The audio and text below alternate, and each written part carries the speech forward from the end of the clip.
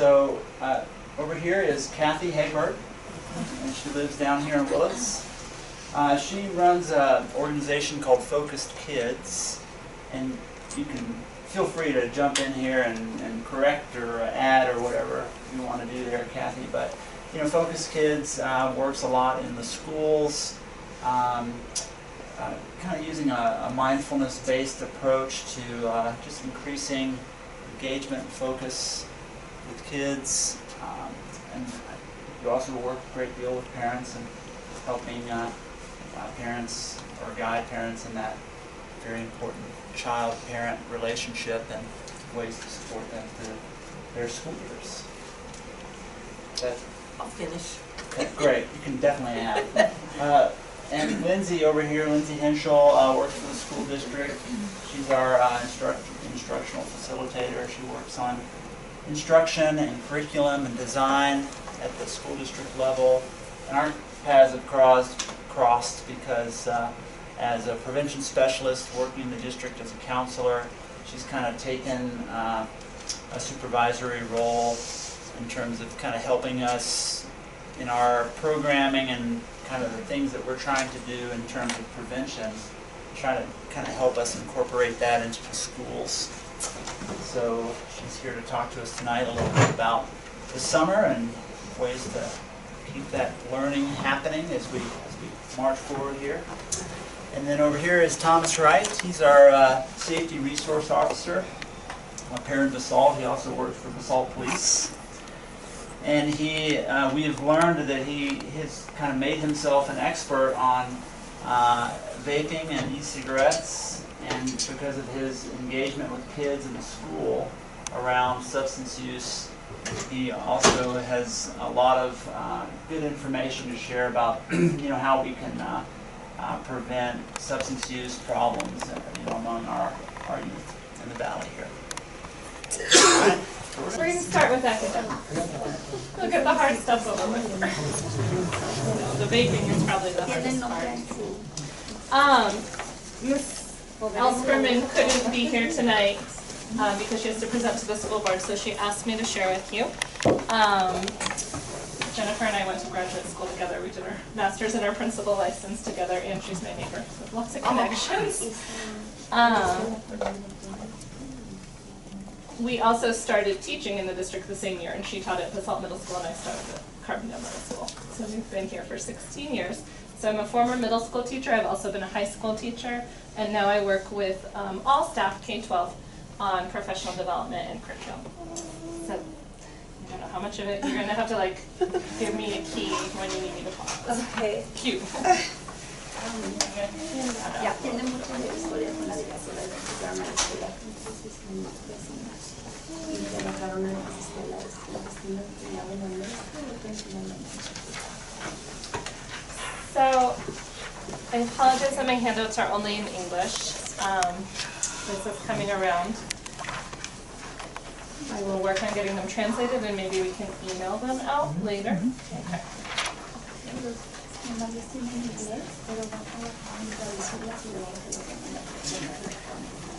So what I wanted to share with you about, or what Ms. Fuhrman and Paul asked me to share about, is a phenomena called summer slide. And on the back of the handout you have, it has some bullet points. And these are bullet points from the Colorado Department of Education about the effects of summer slide. But to say it simply, if you think about running, and I sometimes run, and right now I don't run. So when I'm running, and I run multiple times a week, my mile pace is pretty good. I mean, it's not great, but it's not embarrassing. But if I go out to run right now, I'm going to be much slower, and maybe I can't even run a whole mile. I'm not sure, because it's been almost a year since I've been running.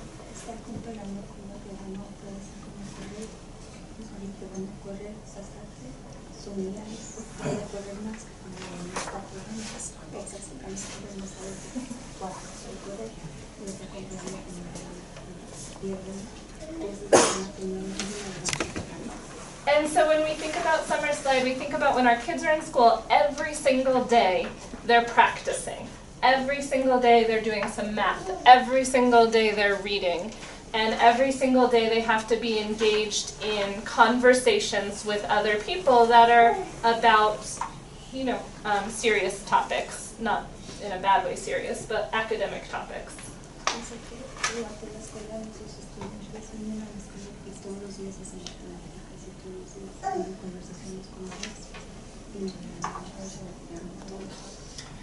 And so what we see is that if kids are not able to maintain some of that over the summer, so if they're not in particular reading is what we have the most research on, that they go backwards in their skills. So where they come in the fall of the next year is actually back from where they finished at the beginning of June the year before.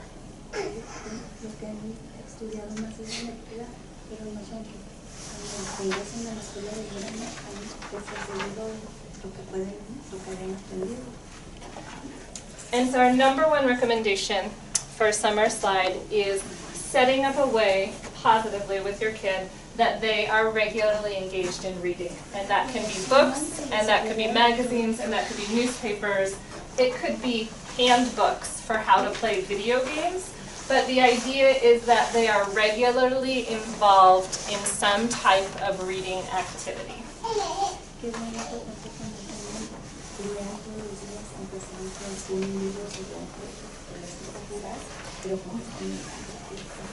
And so a few things about that. One is that it really should be for fun, and so we don't want to create we don't want them to have to keep reading logs. We don't want them to have to give book reports. So we don't want to make reading into a chore, like cleaning the bathroom or making your bed or something like that. So what we're really looking for is ways to partner with our kids to make reading interesting and fun. Which is easier for some than others.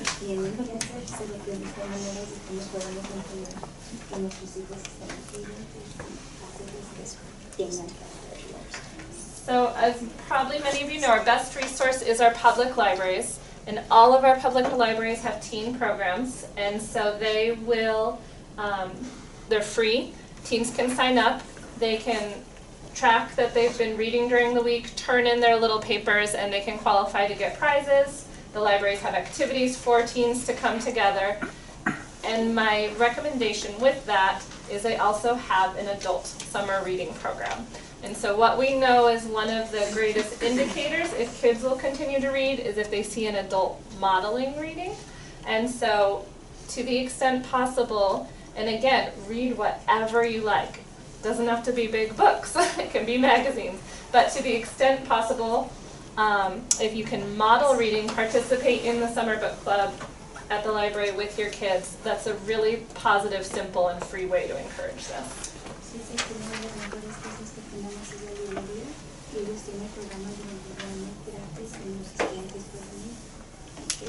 So they have an adult summer program too? Yes, there's an adult summer reading program. It's good. Good to know. You only get a prize at the end.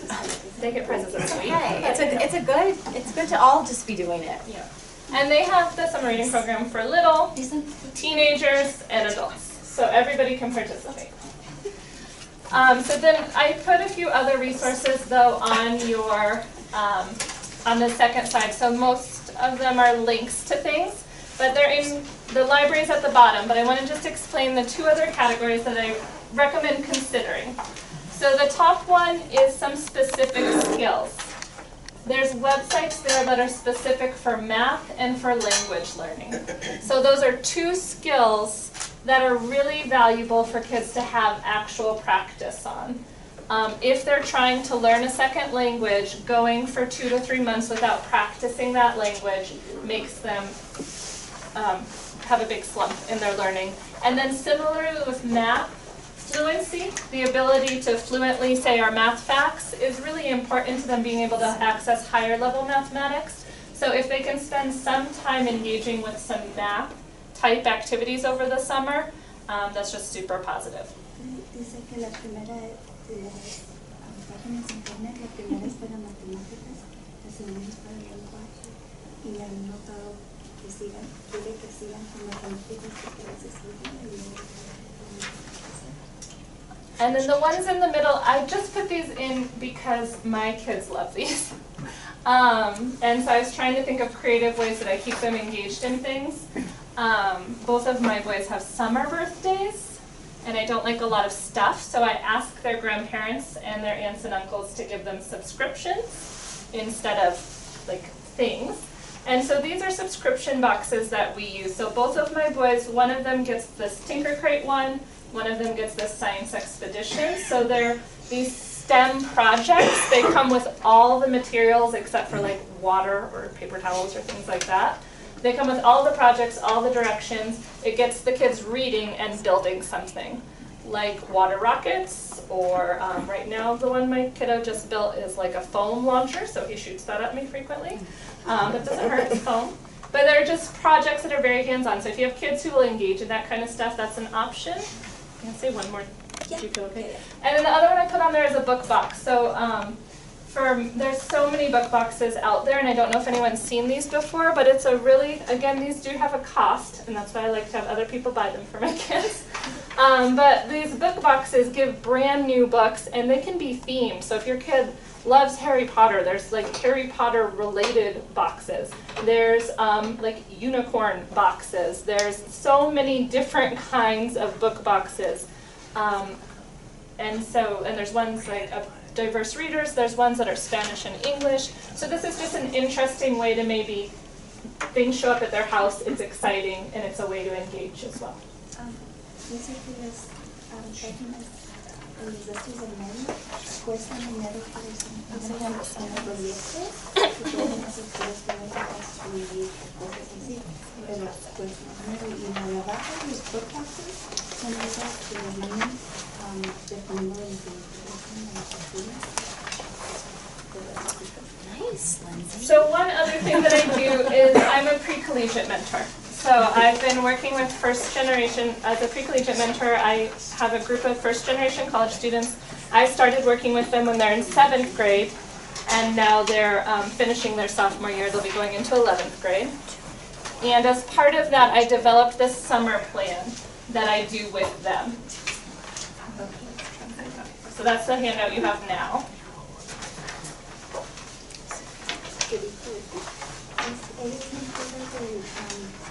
Hay un grupo, hay una escuela de estudiantes que son primera generación del colegio.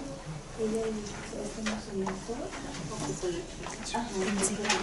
Y esto les ayuda. Thank you. I can share them digitally. Okay, so how many of your kids like when you tell them what to do? Right? So you saying, guess what, we're going to do Khan Academy and read books over the summer, unless your kid already likes doing those things, is kind of that recipe for struggle, right? Like, I know that, hands down, that's 100% my experience with my kids. One of my kids has very intense ADHD, so getting him even to sit and focus on something, there's just a lot of creativity involved in that. And so I want to talk about the summer plan from that angle. And so what this is, because I do this with kids who are not my kids also, but I do things like this with my kids. And what it is I ask them what their goals are for the summer. So we have these months. What do you want out of this time? And what would make you feel, that you used your time well, that you had the fun that you wanted? And so then I listen to them.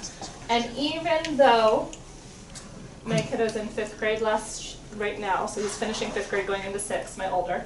But even though last year he hated math, he hated math as a 4th grader, he knew that he did not know his times tables at the end of 4th grade, and that he really did want to know them by 5th grade, or that was going to be hard on him to be in class with his peers. And so he was able to tell me that when I pushed him on, like, what are you feeling, and what do you want to get better at? And so we were able to make a plan where I was having him do some online practice, so he also was gaming, and he thought that was fun. But it came from him, it didn't come from me. Because if I just tell him what to do, then every day I'm fighting to get it done. But the more that I can sit down and ask them what they want to do, and I can still say my concerns. So my kids know that they like to read, because I've been reading to them for a very long time, but they know that we have to read before we I guess we do say have to, but like we're going to read during the day. And we read before bed. So we stop the day about an hour before bed, and they can either go to sleep or they can read for that hour. Or I'll read to them, either way. Even my older son still likes to be read aloud too. So just thinking about working with them collaboratively versus just telling them what they're going to do is what I would recommend. So sit down, find out what their goals are, and then you can use the resources to help them meet their goals. That was a lot. It's really hard to Yeah. There's so much. That was good. And there are examples on the back. The examples on the back are from the work I was just doing with some of my high schoolers. So that's just, but yeah. And so the categories on this also came from, I'm really working with my older kids, my high schoolers, on ensuring that they have their resumes built. So the categories that you see on this, we're paying attention to like community involvement, academics, and extracurriculars, because those are the 3 areas that we look at for scholarships and for college admission. But at the same time, those are things that I talk to my younger kids about too, like what do you want to do to be involved in the community? How are we going to help other people? For whatever reason, I don't know why, my kids love to go on walks and pick up trash. It's not my favorite thing, but they do like to do that. So like once a week we do like a cleanup, the neighborhood thing. But they came up with that. I didn't come up with that. Okay, we'll tell you, I think they like it because someone gave them those little pinchy grabber things. And they got those from a neighbor, and so I think they like it. So you never know, you might have to buy some pinchy grabber things, but then your kids might like to do an activity.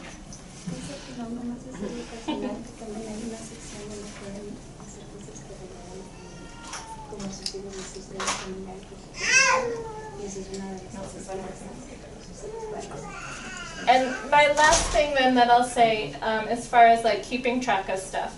So once I come up with an agreement with my kids, then we create some kind of poster or wall chart that goes up that says what they're going to work on and when they are. So I have, and I usually just use a bright colored piece of paper and just handwrite it. But we write down then what they're doing, and I have them choose the day. So if they decide that they're going to do multiplication practice, and I ask them how many days, and we're going to do 2 days a week, then I have them choose what those 2 days are. And we put up their lists of things.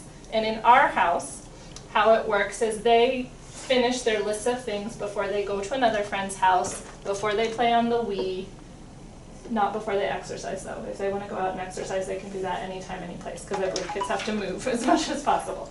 But those are the two big things. Before they can go to a friend's house or before they can play on their Wii, they do whatever it is they had set up that they were going to work on. So.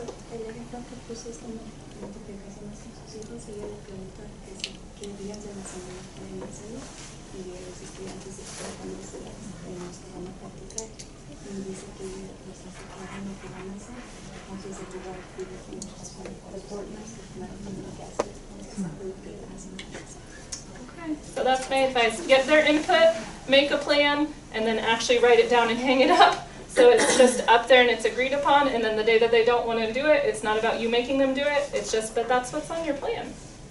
And so, as much as you can, avoid the power struggle. Thank you.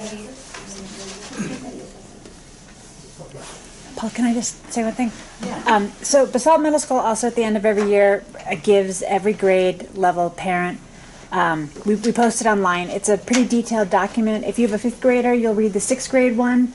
It'll give you information on activities and learning that your children can do over the summer so that they can have some background knowledge as they're going into that next year. Also, there are some grades that I think 8th grade and 7th grade maybe have reading to do over the summer, and those lists will be on there as well. So please be looking out for those at the end of the year, and it's always posted on our website.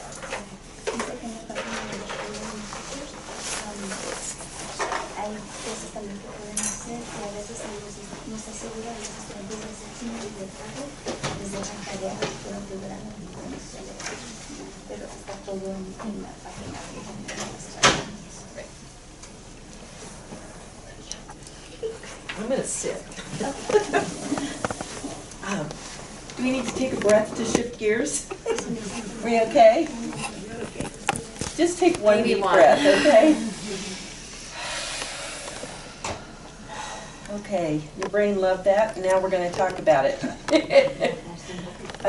How many of you understand a little bit about what's going on in the middle school brain? A little bit. Well, you don't. No? Okay. You know some? No? That I know is like for them, the most important thing is their friends, and we are in the second. So that's very good. You get an A or a 4 or whatever it is these days. Okay, so what I do is we have a little program called Focus Kids, and the most important thing we want to do is teach kids about 3 key parts of their brain, and then how to regulate themselves by being in control of their brain or managing their brain. So they come out feeling like they're in charge of their brain. Not you, not the teacher, just them.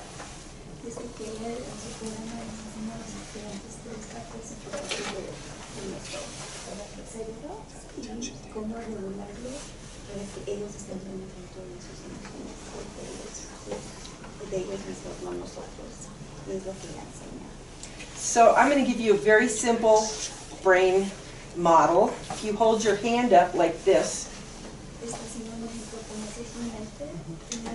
and fold your finger in, and then wrap your other fingers, I mean your thumb, your other fingers around your thumb. That is a little bit like your brain, okay? So this is your forehead, this part. And if you open it up, we call this our memory or hippocampus. I'm sorry, the forehead is the prefrontal cortex. That's the thinking and problem-solving part of the brain. And then the memory, and then this is the guard dog of the brain. So it's the part where when you're afraid in first grade or kindergarten, or any time, this is the part that takes over your brain. So if you're relaxed and da-da-da-da-da, and then something happens and you get scared, or you're overtired, or you're hungry, or you're just about anything that has to do with being upset, then the guard dog takes over the brain and you flip your lid.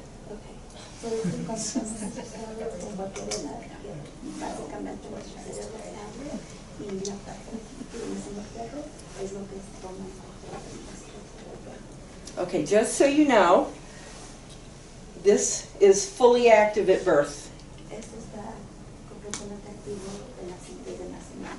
So babies are flipping their lids pretty regularly. It's the only way to let the world know they need help. So when they cry, their lid is flipped. Okay? So this is in charge during that early childhood time. At the same time, the memory box, the hippocampus, is gathering all the information and remembering everything that happens. And both of these are actually working in the womb as the baby is growing as well. So I tell the kids that they actually have memories of being in your tummy when they're in their memory box.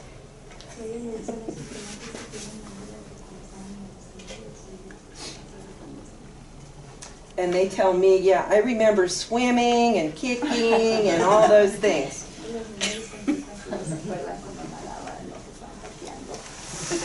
But what they're really doing is all those experiences go in here, and they're really informing this and this, whether or not the world they're coming into is safe or not.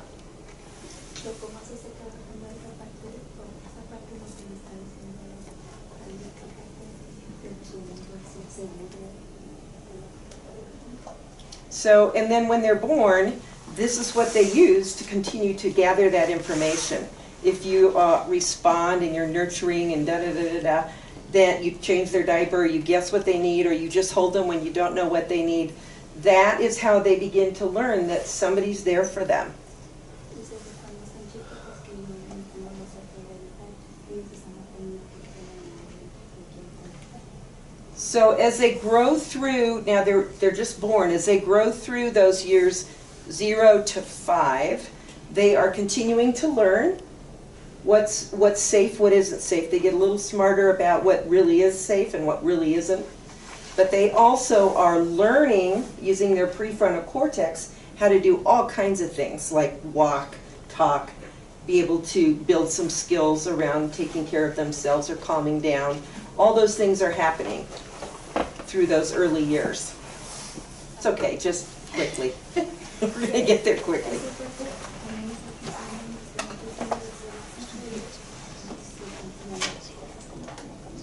So now, fast forward to a middle school brain. So their prefrontal cortex has grown quite a bit, but it's only half the size it's going to be by the time they're 25.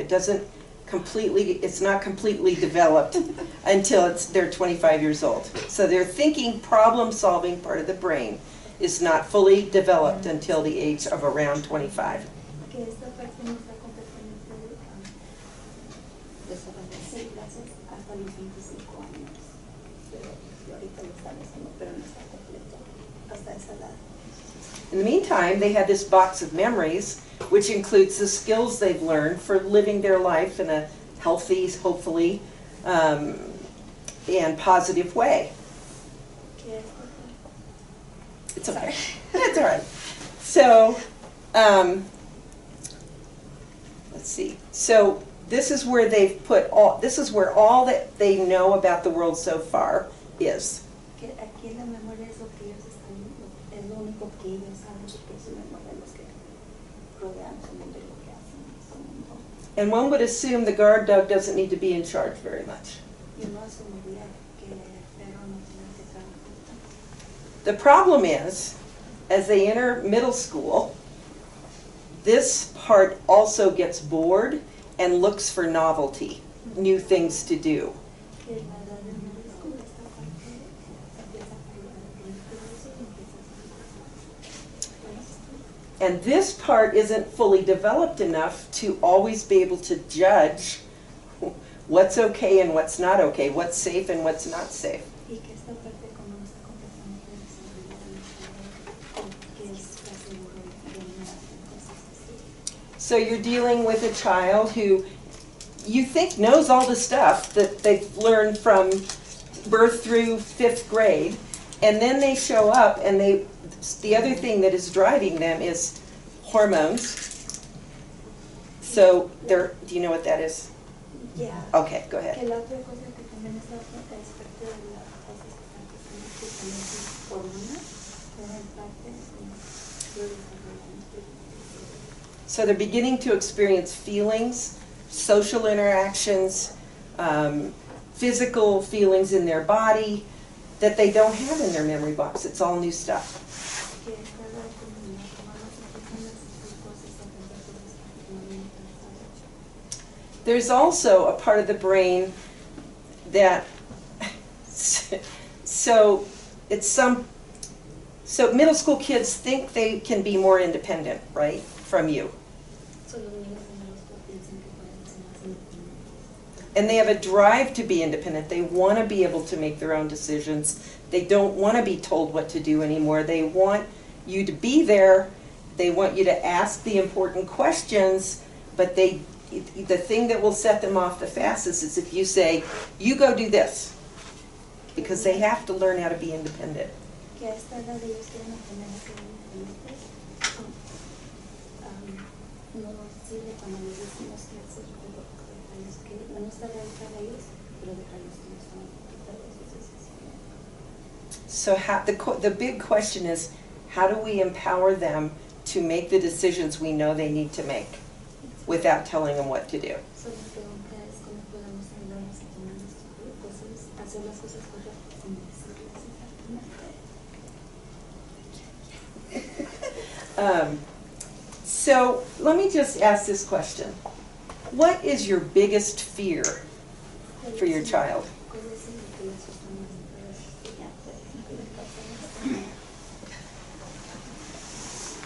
Yeah. Making that one horrible decision that changes their life. Yeah. Same. Anybody else? So I was talking to a 6th grader the other day, and I asked him if he knew what the one fear was his parents had for him. And he had, no, I don't know. And I said, you know, what they fear the most is the body bag. I've been doing therapy with families for 25 years. I've never had a parent tell me anything other than that. That they make that one mistake that either ends or changes their life. And it's horrible, right? And, go ahead. Okay. I just don't know if you. Ella le preguntó a una de sus amigas que si sabía que ella quería su familia, pero ella quería sus familias y esa es una de esas. And he was shocked. He thought parents were just there to ruin the fun. Right? A mí lo que más me asusta es que mis hijos vayan a usar drogas. Eso es lo que me espanta. Her biggest fear is that her kids use drugs. And that's Yeah. Y no saber cómo ayudarlos. And to not know how to help them. And not know how to help them, yeah, yeah. So, you know, drugs are there, and we're going to have an expert talk about that. Drugs can't be any worse for the adolescent brain or the pre-adolescent brain than anything. I mean, they absolutely change the brain permanently.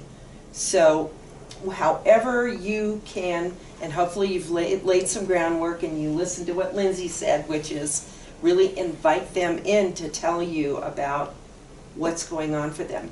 I guarantee you they think they're crazy. I've had kids tell me that. They think their brain is crazy. And they and they don't think it's ever going to end. They think it's permanent. And so that's embarrassing and scary and horrible, and they still need you. They still need you as a touchstone if you can stay connected. The whole thing is you've got to be able to stay connected to them. Okay?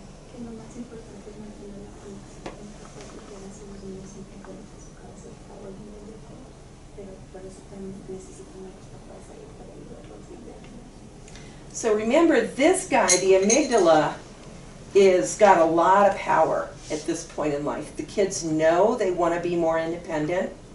They know they want to try riskier things. They know that they need to do that in order to know what they can do in the world and what works and what fails. That's really, really important. And they're going to try drugs probably too. The thing is keeping your door open every day to not examine them or cross-examine them, but to just be there and listen. Okay? So this is still very much in charge during this time. And this isn't developed enough to control this. And when this takes control, the whole brain is not working well. So when they decide with their friends that they want to do drugs, or they want to go down valley and disappear somewhere just for fun, or go to a party they're not supposed to go to, that's this guy going, yeah, that'd be really fun. Let's do that. Let's do that. Okay?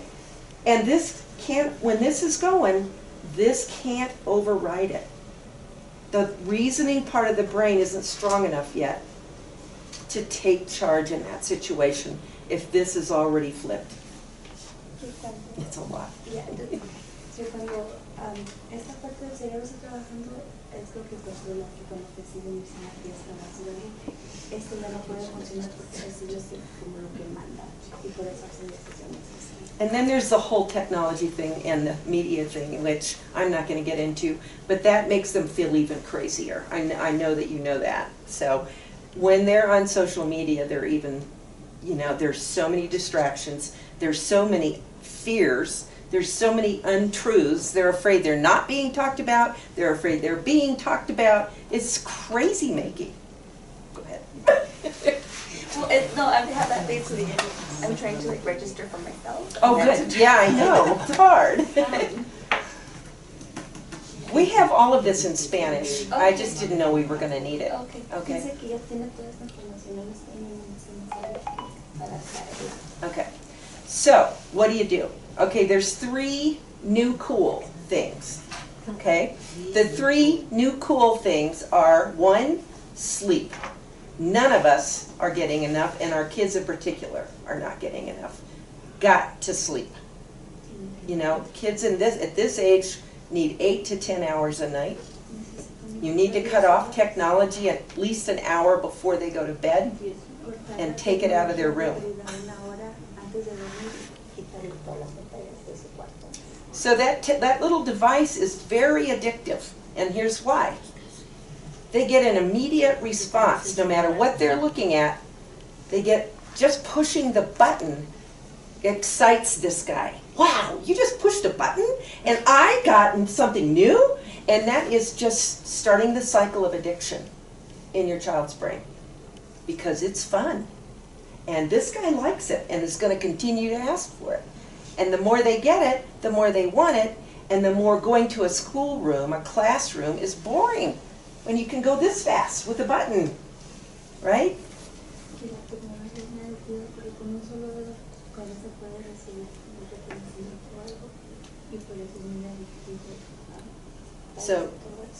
So my recommendation for my really good friend here is to turn off the internet a good portion of the day. I know it won't be popular, but if you want control, that you turn it off. So sleep, and if you're doing less device time, you're going to sleep better. Okay? So 2 is the new cool, coming from Mark Zuckerberg, founder of Facebook. Privacy is the new cool. He said that today. Privacy is the new cool. Shouldn't be putting anything online that you don't want people to know about, because the way it's set up now, they know everything, and there's a permanent record. So the new cool is to start to instill in your children and in yourself that you just don't put stuff on the internet, on Facebook, on any of it, if you want to be private. And that's the new cool.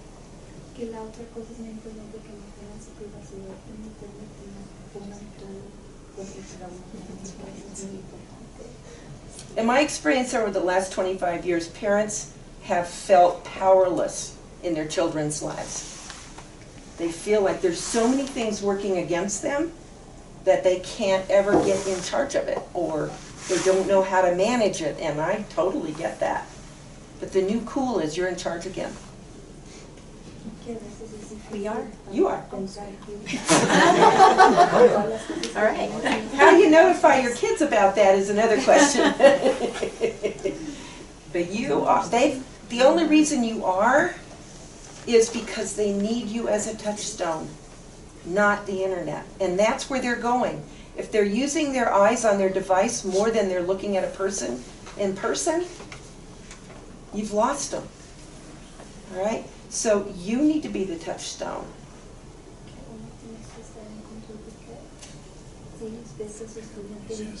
Easy to say, yeah. You what? Easy to say. I know, it's really hard. So we can spend a lot of time talking about the obstacles to that. And each family is probably going to do it differently. And I know there's, both parents are working most of the time, so how do you control it? I think using Lindsay's model for creating what's going to happen in the summer is a start, and a really important start. I would back it up just a little bit further, and actually right now pick one of your kids and think about what their strengths are, not their weaknesses. What are their strengths? They're smart, athletic, artistic, sensitive, kind. What are their strengths?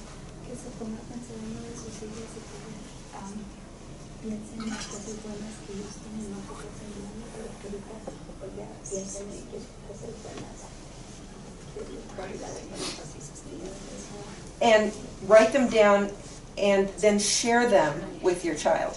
que las escriban y que las compartan con sus hijos. These are your strengths. This is what I see you really doing well at.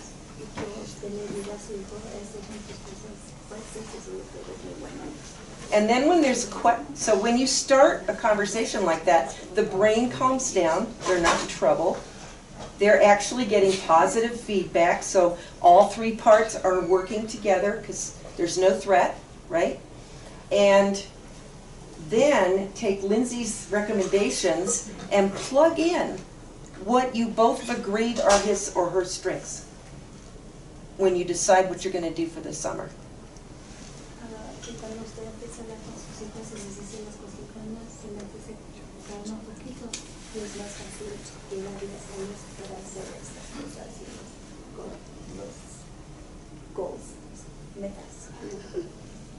Okay. So if you know their strengths, you can start every conversation from that point.